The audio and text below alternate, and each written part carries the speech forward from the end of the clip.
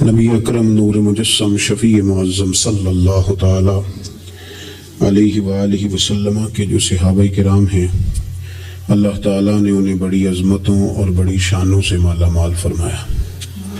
صحابہ کرام علیہم رضوان کے کچھ درجات ہیں، ان درجات میں سے ایک بڑے درجے کے لوگ وہ ہیں جنہیں عشرہ مبشرہ کہا جاتا ہے، یعنی وہ 10 صحابہ جنہیں ایک ہی نشست میں نبی پاک صلی اللہ علیہ وسلم نے جنت کی بشارت عطا فرمائی۔ وہ 10 لوگ جن کو حضور علیہ السلام نے ایک ہی وقت میں جنتی قرار دیا۔ انہیں صحابہ کرام علیہم رضوان میں سے ایک شخصیت کا ذکر ہم کرنے جا رہے ہیں جن کا نام حضرت طلحہ بن عبید اللہ رضی اللہ تعالی عنہ۔ نبی پاک صلی اللہ تعالی علیہ وآلہ وسلم نے حضرت طلحہ بن عبید اللہ سے بڑی محبت فرمائی۔ بالکل شروع میں اسلام آپ نے قبول کر لیا تھا۔ واقعہ یوں ہوا، امام بہقی نے لکھا ہے کہ آپ بصرہ تشریف لے گئے تھے۔ وہاں ایک عیسائی پادری تھا، راہب تھا۔ چونکہ عیسائیوں نے اور یہودیوں نے تورات کے اندر نبی کریم صلی اللہ علیہ وسلم کی عظمتوں اور شانوں کو پڑھا ہوا تھا، تو عیسائی بصرہ میں لوگوں سے یہ کہہ رہا تھا کہ اگر یہاں کوئی حرم کا شخص ملے تو اسے میرے پاس لاؤ۔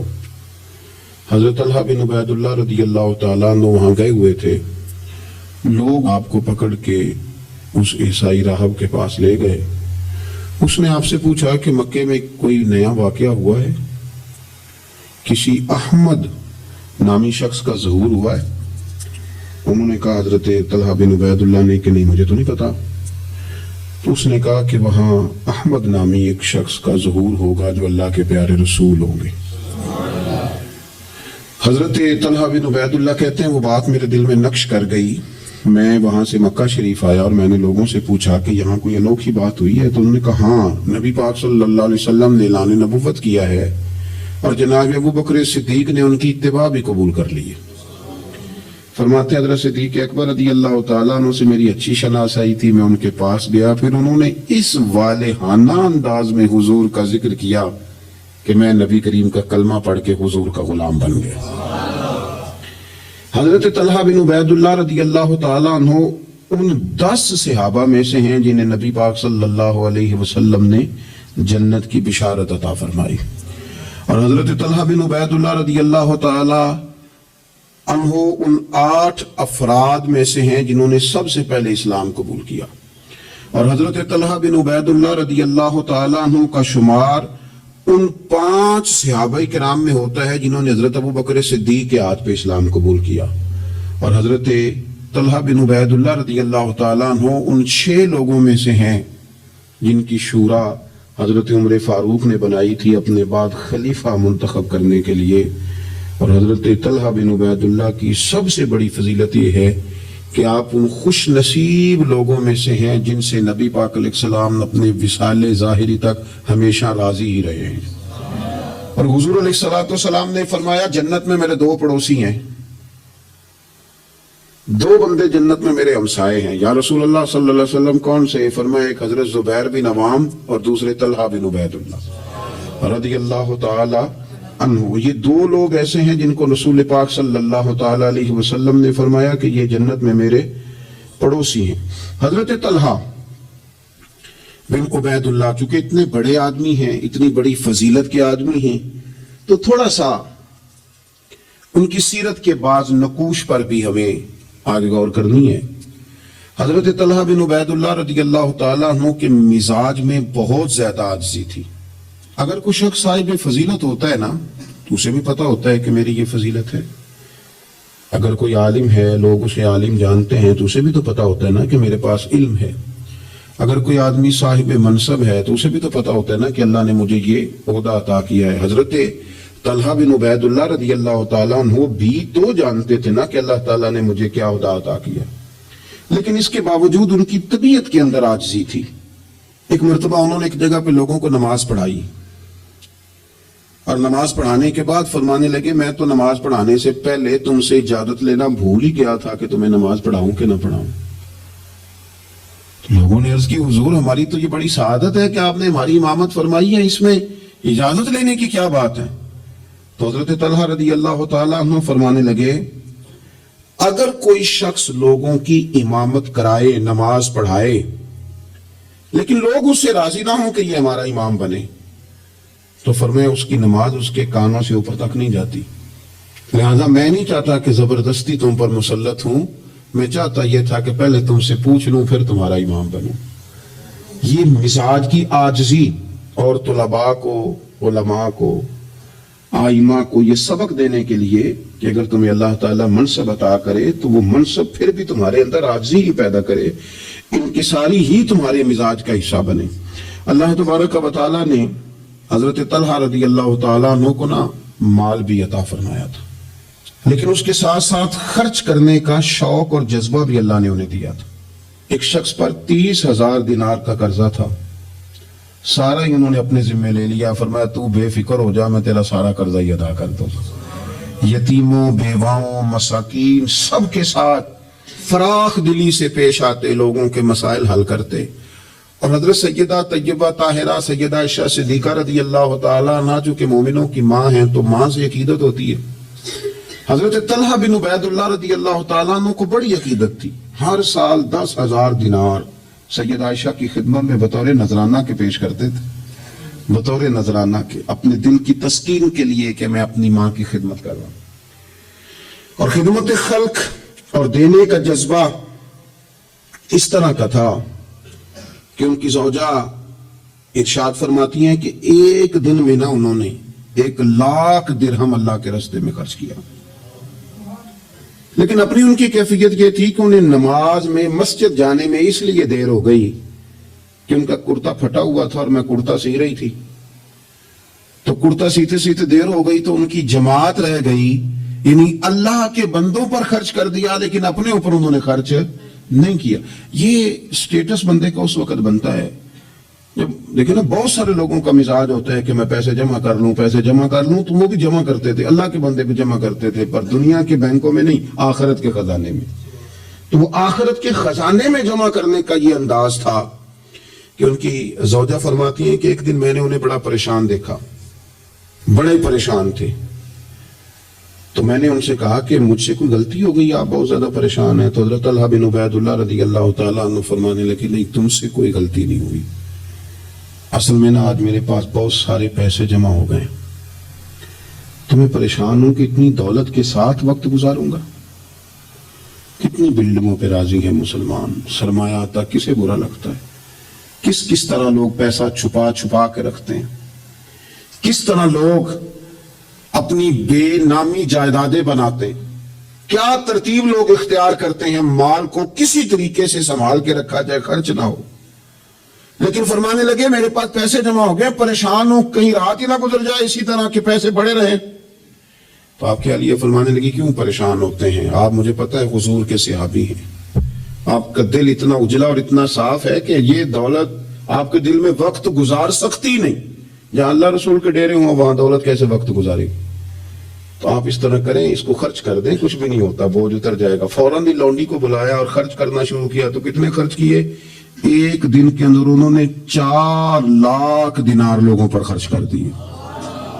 پیسے کو سنبھال کے نہیں رکھا، جمع کر کے نہیں رکھا، اس ترتیب کے ساتھ انہوں نے اپنی زندگی میں خرچ کیا۔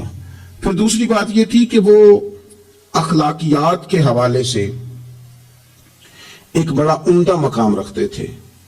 حضرت سیدنا کعب بن مالک رضی اللہ تعالیٰ عنہ کا بڑا مشہور واقعہ ہے کہ آپ غزوہ تبوک میں نہیں جا سکے تھے، تو نبی پاک صلی اللہ تعالیٰ علیہ وسلم ناراض ہو گئے اور 50 دن تک رسول کریم صلی اللہ علیہ وسلم ناراض رہے۔ حضرت کعب بن مالک رضی اللہ تعالیٰ عنہ فرماتے ہیں کہ ظاہر ہے حضور ناراض تھے تو پھر مجھے لگتا تھا کہ سارا مدینہ ہی ناراض ہے، زمین و آسمان ناراض ہے۔ فرماتے ہیں چونکہ ہر شخص ناراض تھا اور میں بڑا پریشان تھا، پھر کئی دنوں کے بعد اللہ تبارک و تعالیٰ نے میری توبہ قبول فرمائی، اور جب اس کا اعلان ہوا نا تو فرماتے ہیں سب سے پہلے اس بندے نے اٹھ کے مبارک دی اور بڑی گرم جوشی سے مجھے ملے، وہ حضرت طلحہ بن عبید اللہ تھے۔ گویا انہیں اس بات کا شوق ہوا کہ دیکھو اللہ نے ہمارے اس بھائی کی توبہ کو قبول کر لیا ہے، اس پر فضل ہو گیا ہے۔ یعنی اگر کسی کو قرب الہی ملے اور خدا کی رحمت کسی پر برسے تو آگے بڑھ کر اس بندے کو مبارکباد دینا یہ بھی اچھے اخلاق کی علامت ہے۔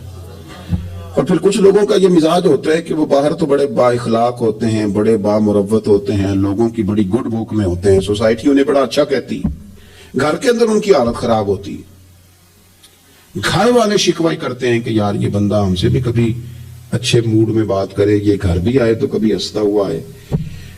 حضرت طلحہ رضی اللہ تعالیٰ عنہ کی حسن معاشرت ان کے گھر کے اندر اتنی اعلیٰ تھی، اتنی خوبصورت تھی کہ ان کے بچے، ان کی اہلیہ، ان کے بہن بھائی، ان کے ماں باپ، ان کے رشتہ دار ان سے ٹوٹ کر پیار کرتے۔ ام امان ان کی شادی ہونی تھی، بڑے بڑے معزز لوگوں نے اس خاتون کو پیغام بھیجا، بڑی اعزاز والی خاتون تھی، لیکن وہ کہنے لگی مجھے تو نکاح حضرت طلحہ بن عبید اللہ سے ہی کرنا ہے۔ بھئی ان سے آپ کو کیوں نکاح کرنا ہے؟ تو وہ کہنے لگی میں ان کے اخلاق کے عالیہ سے واقف ہوں، اوصاف حمیدہ کو جانتی ہوں، وہ نہ گھر میں آتے ہیں تو پھر بھی ہنستے ہوئے آتے ہیں، اور میں نے سنا ہے جاتے ہیں تو پھر بھی ہنستے ہوئے جاتے ہیں، اور ان سے مانگنا نہیں پڑتا، خود ہی دے دیتے ہیں، اور کبھی مانگ لو تو دینے میں دیری نہیں کرتے، اور فرمانے لگی اگر کوئی کام کر دو تو شکریہ ادا کرتے ہیں، اور کوئی غلطی ہو جائے تو محبوب کے صحابی کی شان یہ ہے کہ فوراً معاف کر دیتے ہیں۔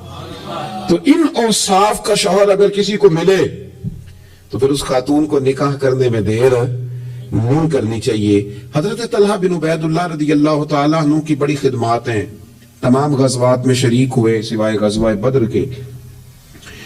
اس میں بھی بعض محدثین نے لکھا ہے کہ انہیں نبی پاک صلی اللہ تعالیٰ علیہ وسلم نے ایک مہم پہ بھیجا تھا جس کی بنیاد پر وہ جو نہ جا سکے، غزوہ بدر میں عملی طور پر شریک نہ ہو سکے، لیکن جو غزوہ احد ہے اس کے بارے میں تو حضرت ابوبکر صدیق رضی اللہ تعالیٰ عنہ فرمایا کرتے تھے غزوہ احد کا سارا دن ہی حضرت طلحہ کا ہے۔ نبی پاک صلی اللہ تعالیٰ علیہ وسلم نے نا ڈبل زرہ پہن لی تھی، 2 زرہیں حضور نے پہن لی تھی، تو ایک پہاڑ پر حضور چڑھنے لگے تو کچھ مشقت محسوس ہوئی، قربان جائیں، حضرت طلحہ نے جلدی سے گردن چکائی، یا رسول اللہ یہاں رکھیں آپ قدم اور آپ چڑھیں۔ محبوب نے قدم رکھا اور رکھتے ہی فرمایا لو طلحہ تم نے اپنے اوپر جنت واجب کر لی ہے، تم نے اپنے اوپر جنت واجب کر لی۔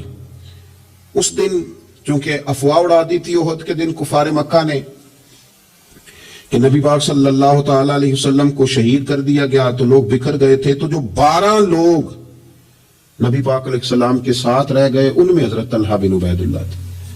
جو تیر بھی حضور کی طرف آتا تھا نا وہ اپنا ہاتھ آگے کر دیتے تھے، ان کا ایک ہاتھ شل ہو گیا سارا۔ ان کے وجود پر احد کے دن حضور کو بچاتے ہوئے 70 زخم لگے، تیروں کے، تلواروں کے، نیزوں کے 70 زخم لگے۔ سجنا جان امانت تیری تو جدو مانگ سے میں پیش کرے ساں، 70 زخم لگے۔ حضرت صدیق اکبر رضی اللہ تعالیٰ عنہ فرماتے ہیں جب ہم حضور کی خدمت میں حاضر ہوئے تو نبی پاک صلی اللہ علیہ وسلم نے فرمایا پہلے طلحہ بن عبید اللہ کو دیکھو۔ کہتے ہیں جب ہم حضور کی خدمت کر کے ان کے پاس گئے تو وہ بے ہوش تھے، زخموں کی شدت کے سبب بے ہوش تھے، میں نے ان کے منہ پہ پانی چھڑکا۔ فرماتے ہیں ان کی آنکھ کھلی تو پہلا سوال انہوں نے یہ پوچھا کہ بتاؤ میرے نبی کریم کا کیا حال ہے، رسول کریم صلی اللہ تعالیٰ علیہ وسلم کی طبیعت کیسی ہے، حضور کے بارے میں بتاؤ۔ کہتے ہیں ہم نے کہا الحمدللہ حضور ٹھیک ہیں، اللہ کے فضل اور احسان میں ہیں، اللہ تعالیٰ نے انہیں محفوظ رکھا ہے۔ تو کہتے ہیں وہ کہنے لگے اگر محبوب ٹھیک ہے نا تو پھر کوئی مصیبت بھی مصیبت نہیں ہے، پھر ساری مصیبتیں آسان ہیں۔ حضرت طلحہ بن عبید اللہ رضی اللہ تعالیٰ عنہ کو اللہ تبارک و تعالیٰ نے شانوں والی زندگی عطا فرمائی، عزتوں والا مقام عطا کیا، اور اللہ تعالیٰ نے انہیں شہادت کی موت عطا فرمائی۔ حضرت طلحہ بن عبید اللہ رضی اللہ تعالیٰ عنہ شہید ہو گئے، لیکن کمال دیکھیے کہ صاحب اسد الغابہ نے لکھا ہے، یہ کمال دیکھیے، کون کہتا ہے ولی مر گئے قید سے چھوٹے اپنے گھر گئے تے وارث شاہ کدو مر دے جنہ کیتیاں نیک کمائیاں نے۔ حضرت طلحہ بن عبید اللہ رضی اللہ تعالیٰ عنہ کو جہاں دفن کیا گیا نا وہ زمین نشیبی تھی، نچلی تھی، تو اکثر وہاں پانی آ جاتا تھا۔ تو آپ نے وصال کے بعد تقریباً 30 سال کے بعد ایک شخص کو بار بار خواب میں آ کے کہا کہ مجھے یہاں سے نکالو، مجھے یہاں سے نکالو، وصال کے بعد۔ بلے شاہ ایسا نہیں مرنا، یہ تے مر گیا ہی کوئی اور، نکالو۔ اس شخص نے پھر حضرت سیدنا عبداللہ ابن عباس رضی اللہ تعالیٰ عنہ کو خواب سنایا، تو حضرت عبداللہ ابن عباس نے ایک صحابی کا مکان 10,000 دینار کا خرید کے حضرت طلحہ بن عبید اللہ رضی اللہ تعالیٰ عنہ کی مقدس لاش کو وہاں سے نکال کے وہاں دفن کیا. کہتے ہیں کہ 30 سال کے بعد ان کی مقدس لاش کو ایک جگہ سے دوسری جگہ منتقل کیا گیا، لیکن جسم اسی طرح ہی تر و تازہ تھا. بعد مرن دے مکھڑا میرا ہو جاوے نا تازہ، سمجھ لینا محبوب میرے نے آن پڑھیا جنازہ. اسی طرح جسم تر و تازہ تھا. 30 سال کے بعد انہیں دوسری جگہ منتقل کیا گیا. یہ حال ہے ان کے غلاموں کا، تو پھر سرکار کا عالم کیا ہوگا؟ تو زندہ ہے واللہ، تو زندہ ہے واللہ، میرے چشم عالم سے چھپ جانے والے. اللہ تعالی ہمیں حضرت سیدنا طلحہ بن عبید اللہ رضی اللہ تعالیٰ عنہ کے فیض سے فیض یاب فرمائے. آخر دعوانا الحمدللہ رب العالمین.